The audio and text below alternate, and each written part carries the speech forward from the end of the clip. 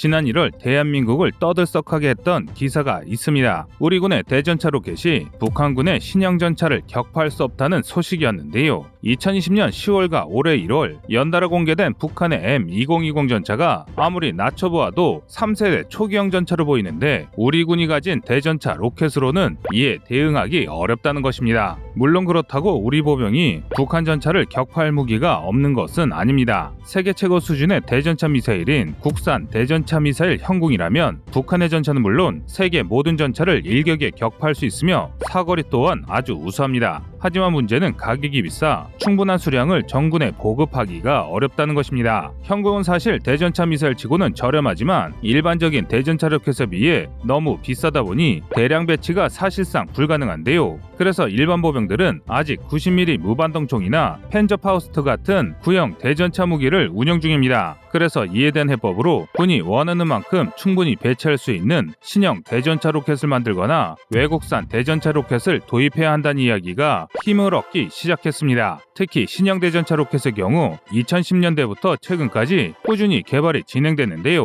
그러나 군이 요구한 사양이 너무 높아 아직도 개발이 지지부진합니다. 이에 따라 외산 대전차 로켓을 도입하자는 목소리에 힘이 실리고 있는데요. 그러나 반발도 만만치 않습니다. 고성능 대전차 미사일도 만드는 대한민국이 고작 로켓을 못 만들어서 외산을 도입하는 것은 말이 되지 않으며 차라리 군이 제시한 ROC를 낮춰 현실적이고 우수한 국산 대전차 로켓을 만들자는 것입니다. 그럼 대체 군이 요구한 ROC가 어땠길래 이런 말들이 나오는 것일까요? 그래서 준비했습니다. 오늘은 한국이 개발하려는 신형 대전차 로켓에 얽힌 숨은 비화에 대해 알아보겠습니다.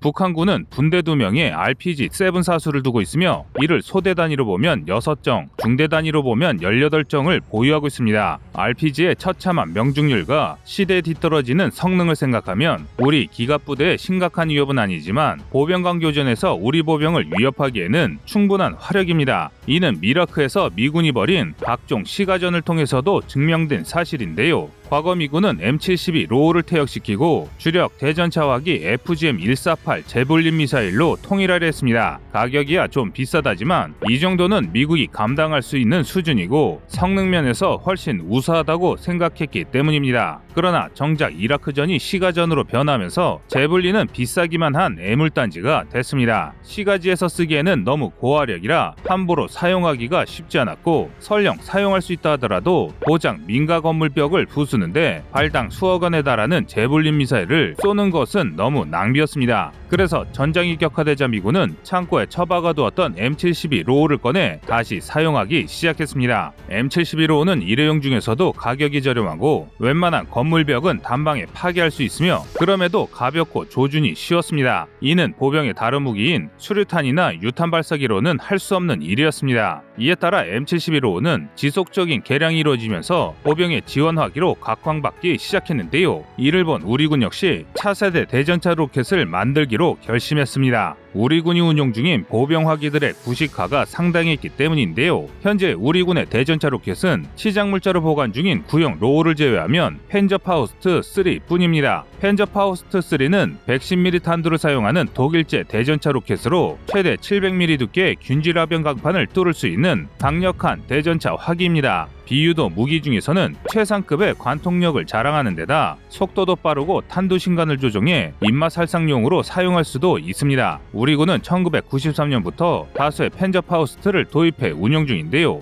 그러나 이제는 너무 낡았고 단점이 많습니다. 우선 최고의 장점이던 관통력이 더 이상 의미가 없어졌습니다. 3.5세대 이상 전체 전면 장갑은 700mm 관통력을 가진 펜저파우스트 3로도 관통이 불가능합니다. 그에 비해 사거리가 너무 짧은데요. 최대 사거리는 920m이나 고정 목표에 대해서는 700m, 이동 목표에 대해서는 300m에 불과합니다. 이는 전차포의 사거리 이내이며 단 한 발로 적을 격퇴하지 못한다면 각종 첨단 장비로 중무장한 전차에 바로 발각되어 저승행 티켓을 끊을 수밖에 없습니다. 무게도 문제인데요. 일반 탄두를 기준으로 한 발의 무게가 13kg이나 되고 발사관과 각종 장비를 더하면 무게가 15kg을 가뿐히 넘어가는데요. 그래서 세 발을 한 명이 다 짊어질 경우 40kg을 가뿐히 넘게 됩니다. 이는 경량 장비로 전환되는 추세에도 뒤떨어지고 여러 첨단 장비가 추가되며 늘어난 무게로 인해 현대보병이 감당하기에는 너무 무거운 무게입니다. 그리고 무엇보다 가장 큰 문제가 너무 낡았습니다.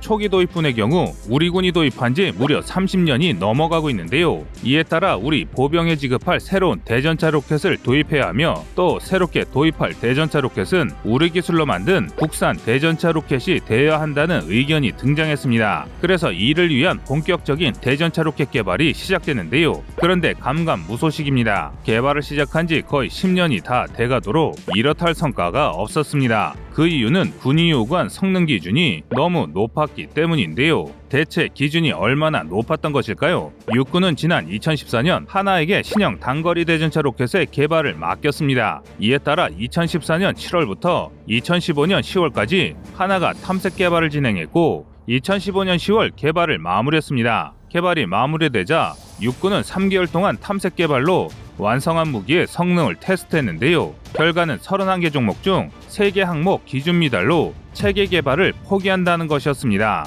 발사대 중량과 관통력, 제사형이 문제가 됐는데요. 군의 ROC에 따르면 관통력이 있으면서 펜저파우스트 3와 동일한 700mm급이어야 했습니다. 심지어 반응장갑 파괴 후 주장갑 평균 관통력이 기준이었는데요. 이는 웬만한 대전차 미사일도 쉽게 달성하기 어려운 수준이었습니다. 하지만 군은 북한의 모든 전차를 격파할 수 있으려면 이 정도는 돼야 한다고 본 것입니다. 또 3회 발사 제한이 있는 펜저파우스트와 달리 재사용이 가능해 했습니다. 심지어 이에 더해 비냉각식 열상 장비를 탑재하고 전차 공격 탄두와 벙커 타격 탄두의 동시 개발까지 추진했으며 무게는 10kg 안으로 줄여야 했습니다. 그러면서 한 세트의 가격은 수백만 원 선으로 맞춰야 했는데요. 이는 현 시점에서 미국조차 달성할 수 없는 고스펙입니다. 현궁의 하위 호환으로 중대급 이하 제대가 사용할 무기를 만들 생각이었다면 성능을 낮춰 전군에 보급할 수 있는 저렴한 무기로 생산했어야 하는데 기존 펜저파우스트 3를 뛰어넘는 무기로 대체를 하다가 실수를 한 것입니다.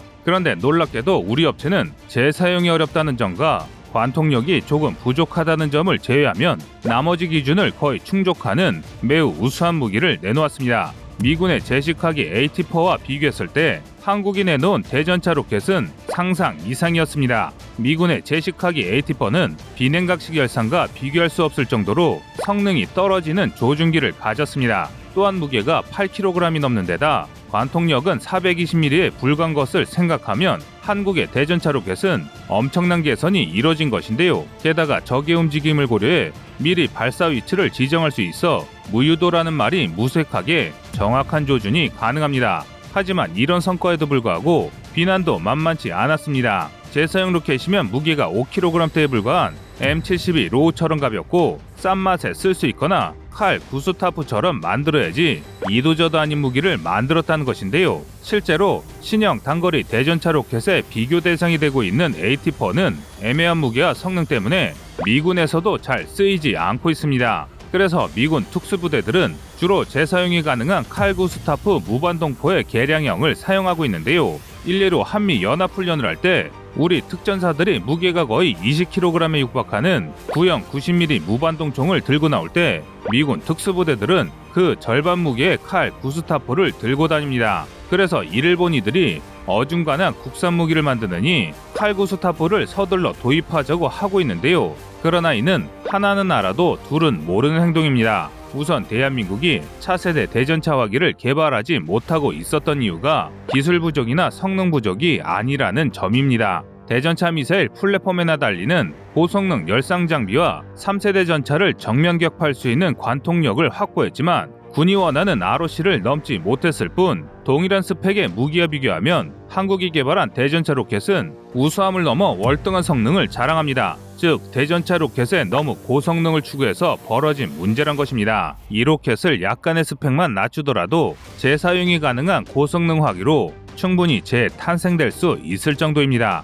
일례로 현재 국방과학연구소가 2023년까지 개발을 완료할 예정인 신형 탄두가 추가된다면 군이 요구하는 관통력과 무게를 거의 맞출 수 있게 되는데요. 이 탄두만 개발된다면 일회용이지만 로보다 가볍고 위력적인 분소대급 대전차 로켓이나 칼 구스타프처럼 재활용이 되면서 AT-4를 훨씬 뛰어넘는 위력을 내는 중대급 대전차 로켓을 거의 곧바로 제작할 수 있습니다. 성능 재원이 이 정도만 된다면 우리 군의 요구 조건에 거의 충족되는 성능입니다. 그래서 가격이 비상식적으로 높아지지 않는다면 이 로켓을 국산화하는 게 훨씬 이득입니다. 그 이유는 대전차 로켓은 소모품이기 때문인데요. 평상시 특수부대에게 들려줄 화기로 외산 무기를 살 때야 큰 문제가 없을지 몰라도 전시에 무기가 소진된 뒤 새로 보충할 때 외산 무기는 치명적인 단점이 됩니다. 물론 대전차 로켓 정도야 라이선스를 취득해서 국내 생산으로 돌릴 수 있긴 하지만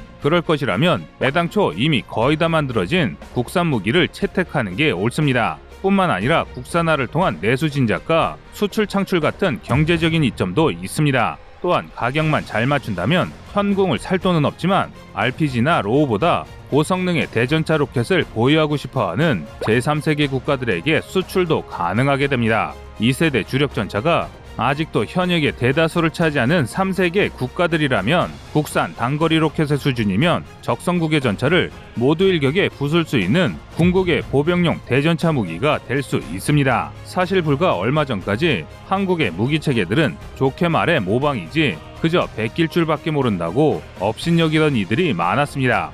쉽게 말해 따라하는 것이야 누구나 할 수 있다는 것이었는데요. 그러나 우리 연구진은 중국처럼 그저 남의 것을 베끼는 게 아니라 남의 기술을 배워 이에 더해 새로운 개념을 무기에 적용했습니다. 그래서 세계에서 유례없는 한국형이라는 새로운 무기를 개발하고 있습니다. 여러분의 생각은 어떠신가요? 시청자님의 의견을 댓글로 남겨주시기 바랍니다. 여러분의 좋은 의견이 좋은 영상을 만드는데 많은 힘이 됩니다. 이상 꺼리튜브였습니다.